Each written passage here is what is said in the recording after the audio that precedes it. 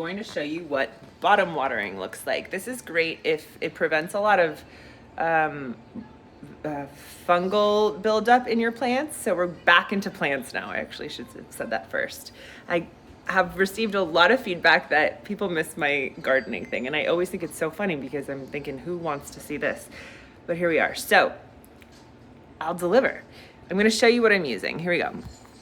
So I filled the glass up with some water. Now here's the secret trick: hydrogen peroxide. It kills any type of bacteria or fungus growing. A little bit of hydrogen peroxide. By a little bit, I'm actually pretty generous with it. So here we go. Then what I'm going to do is put some tropical plant food in it, because I have a lot of these plants. Okay, and then we'll put a little bit of this compost extract. It's a really, really gross color, but I just like to put a little bit in the bottom. There we go. Okay, and then we take our plant. The way you can tell if you need to water your plant is it is dry when you stick your fingers in. So get comfortable touching your plants.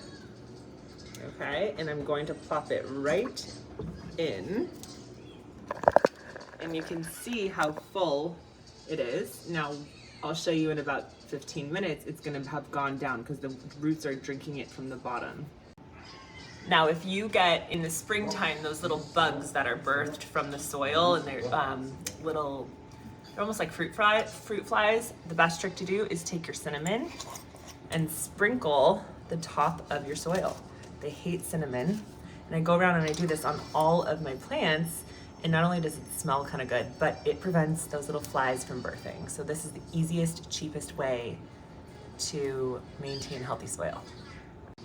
Okay, so I also want to show you how to not be scared of keeping your plants healthy. So you see this guy, this lady, hello. I got this vase off Temu. I had a little bit of a Temu problem for a little while, for a couple years.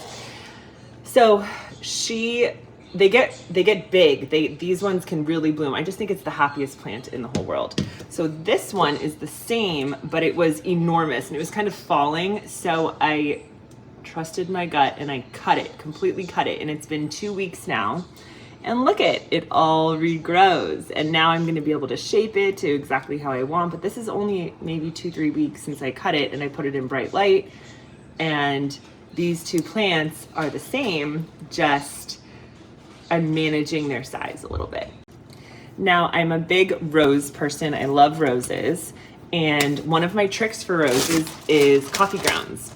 And so what I do is, we are a K-cup family and my husband drinks a lot of coffee. I actually don't like coffee. I'll have it maybe once a week, but he'll keep all of I have like a mountain of K-cups over here. And so after he drinks them, he will put them all into this bag for me. And then I will go around probably 3 times a year and sprinkle this around my roses. And I'm convinced that's why I still have blooms on my roses right now, even though it is flippin' cold here. And so I'm going to go do that this morning too, because it's a beautiful crisp day. And I'm going to put this around all of my roses. And then over the next 6 months, as the snow comes and it gets into the soil, the acidity is really what the flowers and the roses love. So any plants that like acidic soil, this is a great trick, and again, costs me really nothing because I'm just sort of continuing the cycle. All right, more tricks coming. Keeps the little bugs away at birth most of the time in the spring. And you cannot go outside again. There's my avocado tree that did not produce avocados this year, but I'm holding out strong. This is my olive tree, which is doing great. I say hello.